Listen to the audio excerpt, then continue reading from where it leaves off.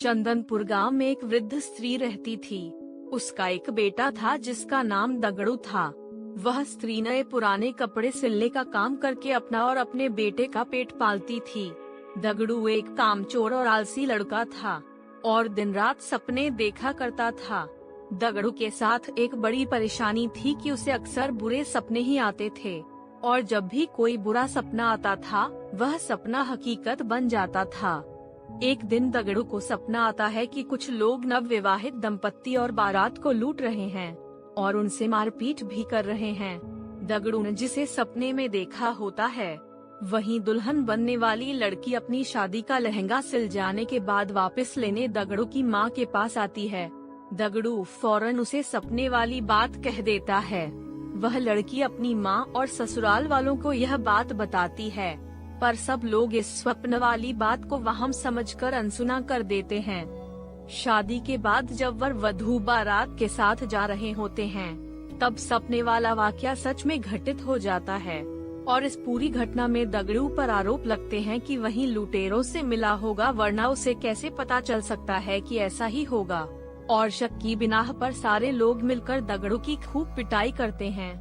इस घटना के कुछ दिनों बाद एक रात दगड़ू को सपना आता है कि मोहल्ले में रह रही चौधरायन का नया मकान गृह प्रवेश के दिन जलकर खाक हो जाता है। तभी अगले ही दिन चौधरायन उस मकान को बनवाने की खुशी में लड्डू लेकर दगड़ू की मां के पास पहुंचती हैं और गृह प्रवेश समारोह के दिन जलसे में आने का न्योता देती है। वहीं पर सपने की बात दगड़ू फौरन अपनी मां से और चौधरायन से कह देता है। चौधरायन गुस्से से लाल पीली हो जाती है और उल्टा दगड़ू की मां को ही कहने लगती है कि तुम्हारा बेटा ही काली जुबान वाला है और उसके बोलने से ही सबके साथ अनर्थ हो जाता है।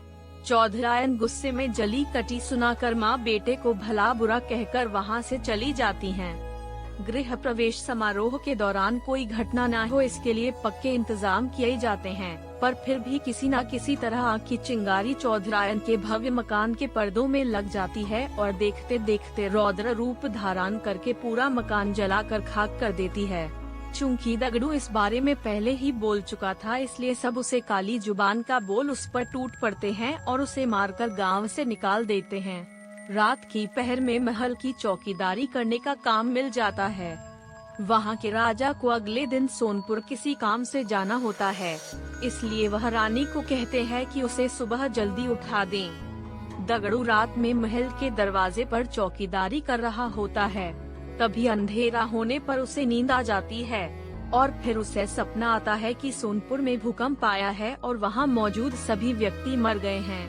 दगड़ू चौंक कर जाग जाता है और अपनी चौकीदारी करने लगता है। दगड़ू सुबह राजा के सोनपुर जाने की बात सुनता है। तभी उनका रथ रुकवा कर अपने स्वप्न वाली बात राजा को बता देता है। राजा सोनपुर जाने का कार्यक्रम रद्द कर देते हैं और अगले ही दिन समाचार आता है कि सोनपुर में अचानक भूकंप आया है और वहां एक भी व्यक्ति जीवित नहीं बचा है। राजा तुरंत दगड़ू को दरबार में बुलाकर सोने का हार भेंट देते हैं और उसे नौकरी से निकाल बाहर करते हैं। इतनी कहानी सुनाकर बेताल रुक जाता है और राजा विक्रम को प्रश्न करता है कि बताओ राजा ने दगड़ू को पुरस्कार क्यों दिया और पुरस्कार दिया तो उसे काम से क्यों निकाला। राजा विक्रम उत्तर देते हैं कि दगड़ू ने अमंगल स्वप्न देखकर उसका वृतांत बताकर राजा की जान बचाई, इसलिए उसने दगड़ू को पुरस्कार में सुवर्ण हार दिया और दगड़ू काम के वक्त सो गया, इसलिए राजा ने उसे काम से निकाल दिया। बेताल अपनी शर्त के मुताबिक राजा विक्रम के उत्तर देने के कारण हाथ छुड़ाकर वापस पेड़ की ओर उड़ गया।